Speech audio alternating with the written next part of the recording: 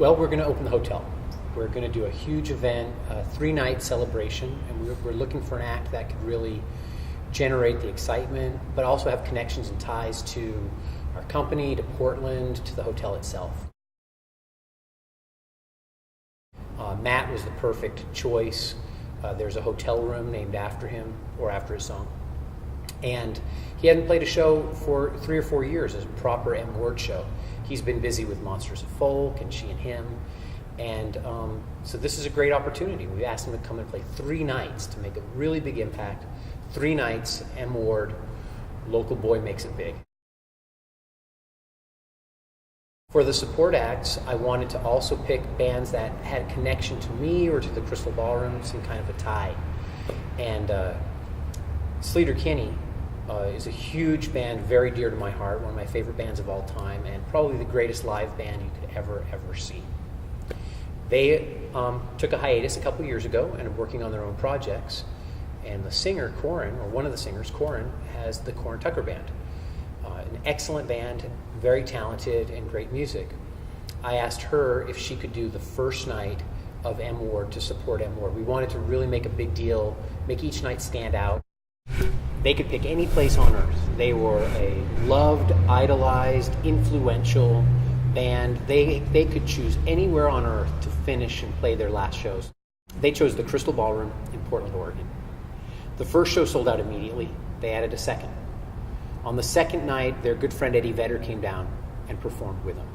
It was a huge night, a very special night for us, a huge part of our history, and we're honored to have that association relationship with such a great band as Slester-Kinney. So, of course, I needed to have them involved in some way in the opening of our hotel. When we first opened the Crystal Ballroom, no one had heard of us, literally was getting, "Don't call me, I'll call you when I've heard of you," from all these big shot agents. No one would give us a chance. We were stuck with local bands, great local bands, but we couldn't crack that national artist, national touring act. Through a friend of a friend, I knew a man named Calyn Johnson from K Records. And Calvin is super cool, very supportive, but he's all about fairness. He's all about the deal, anti-corporate, the whole, true to the music type of a cat. And I worked with him, and we put together a couple of shows early on in the history of the Crystal Ballroom. After we did those shows, he felt comfortable, and he felt comfortable recommending us. He called Doug Marsh on the phone and said, "Doug, give these guys a chance." Doug was the first national band, Built to Spill was the first national band to say, "I'll play for you at the Crystal Ballroom directly, and it'll be a McMenamins show." We've been forever indebted ever since. When we wanted to find great acts to put together the whole opening, we had to think about Doug Marsh and had to ask.